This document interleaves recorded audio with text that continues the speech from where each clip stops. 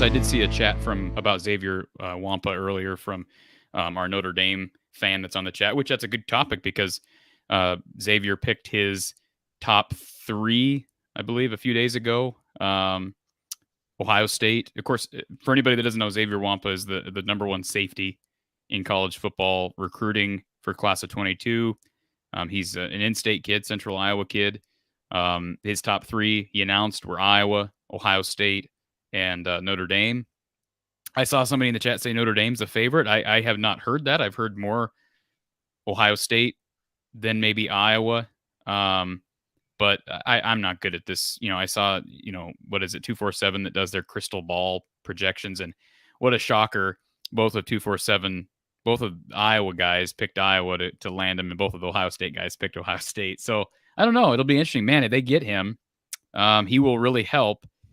They're young. They're not young, but Jack Kerner and Kayvon Merriweather are not seniors, and they've got a couple more years of eligibility if they choose to take it. But that would be a huge get. I don't know what it would do to Iowa's recruiting ranking in general, but that would be huge. And then Iowa they landed Will Hubert, who's I believe from Nebraska.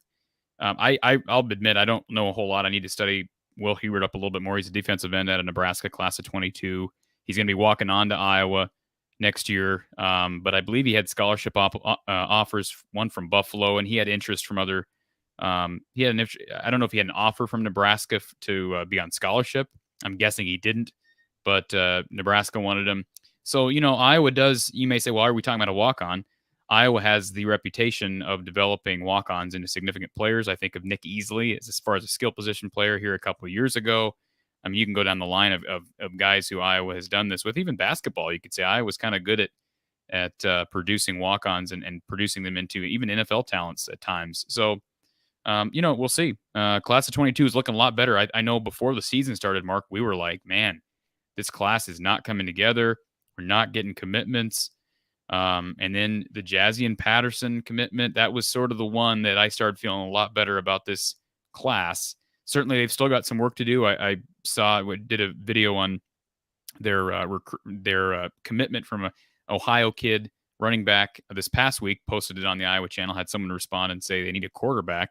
I said, well, they got a quarterback. Carson Mays coming in from Oklahoma, and his response was, is he mobile? We need a mobile quarterback. No, he's not mobile. Iowa does not recruit mobile quarterbacks. He's more mobile than Spencer. That's not hard to beat, but he's 6'5". He's a pro style kid, not bashing Carson May. Iowa has had success with some pro style kids, certainly at the collegiate level. And I'm still not discounting Spencer Petras. I still think he's got room to improve. But the class is coming together nicely since the commitments of guys like May and Patterson. I'm guessing that if you would go through the Big Ten and then by extension the other Power 5 conferences and make some type of objective analysis or subjective as well on mobile quarterbacks, how many teams start mobile quarterbacks versus immobile in this day and age, I bet it's 75 or 80% mobile quarterbacks. Like what I was attempting to do and continue to do, I don't understand. And this comes from a guy that's really old school and loves watching, and did at the time, Drew Bledsoe or Dan Marino stand in the pocket and just deliver dimes all over the place. That's how I like the game to be played. But it just from a schematic standpoint and just the advantage that you have with a mobile quarterback, you have to have such a great pocket passer. I don't believe Spencer Petras is that guy to outweigh the advantages of being able to burn a defense, whether that's just being a runner per se, or just being a guy that can break, contain, and pick up a first down and threaten the defense. Mark, if you look at the best quarterbacks in the NFL, and it's just starting to shift a bit, but the best quarterbacks in the NFL for a long time have been your typical pocket passers. I think of Tom Brady. Aaron Rodgers certainly has legs, but he's a pocket passer. Andrew Luck was obviously one of the most highly touted draft prospects, at least in my memory. And again, that's starting to change a bit because you have guys like Kyler Murray who is really playing well. Russell Wilson really kind of, I don't want to say he started it because I'm sure you can come up with examples of guys before him that played that way. Michael Vick comes to mind.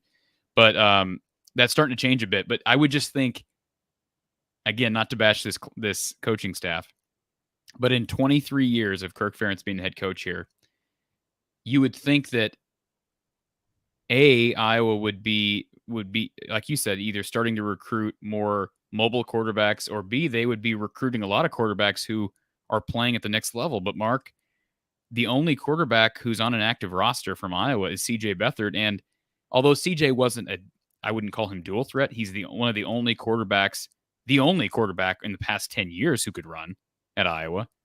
And I'm including Ricky Stanzi, James Vandenberg, Nate Stanley, Spencer Petras, all on that list.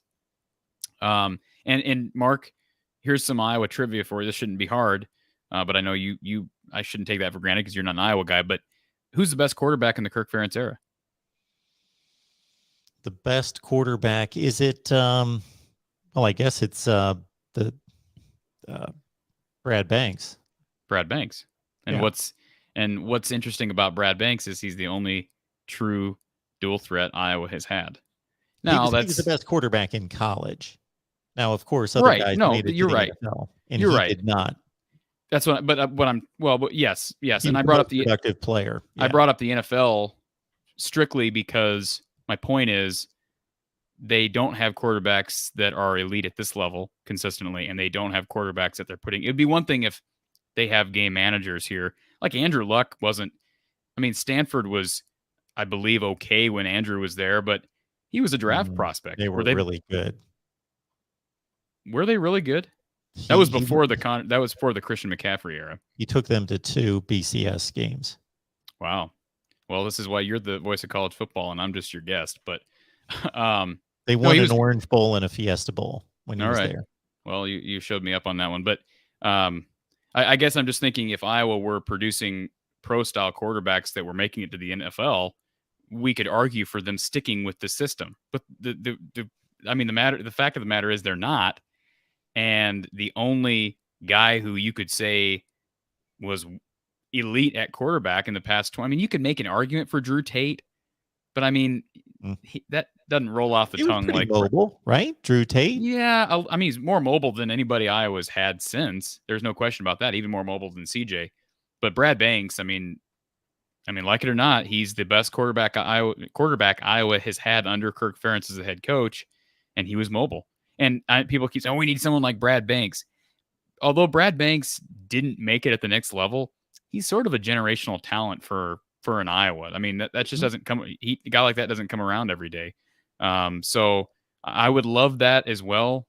That's not happening. Joey Labus is a kid who's here now as a freshman. You know, I don't know a whole lot about him. I think he's more mobile than Spencer, but I think probably everybody on this roster, Deuce Hogan's more mobile than Spencer. Alex Padilla is more mobile than Spencer. That doesn't mean they're better quarterbacks than Spencer, but they are more mobile.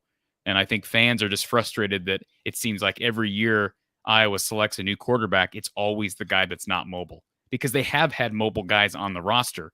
Alex Padilla is mobile. Peyton Manziel, the guy that was kind of the backup behind Nate Stanley for the majority of his career. Peyton Manziel was mobile. But Peyton Manziel, I believe, went on to, and I could be wrong on this, but I believe he ended up going to Abilene Christian and losing his starting job at Abilene Christian. So the answer is not always the mobile guy. It's frustrating that Iowa can't recruit more mobile quarterbacks to be here in the first place, as far as elite quarterbacks. I may not even know otherwise who Peyton Manziel was at this point, except that I saw that he was highly recruited by Iowa, and I reached out to him on social media, and we had him on here for an interview after he was signed. Yes. Wow. I got to look at this on YouTube. Fields on while he was in high school. You said what? You had who? We also had Justin Fields on for an interview. Okay. Well, I did know you've done some interviews with recruits, but I did not know this about Peyton Manziel. So is this on YouTube can I watch this? Yeah. Wow, that's cool. Well, I don't even know when that was, but it didn't work out. It didn't work. So do you know where he's at now? Am I right that I could be wrong. Maybe it's not Abilene Christian, but it's it didn't work out. Let's just say that. And I see Blake Jameson does comment AJ Derby. I don't. AJ Derby transferred to Arkansas, right? Isn't he the kid that got arrested for punching the window out of the school bus? Was that in Iowa or was that Arkansas? Does anybody remember that? All right, Blake Jameson's an Iowa fan. I don't remember that incident. Yeah, he was, I believe, an Iowa City kid. But yeah, he wasn't.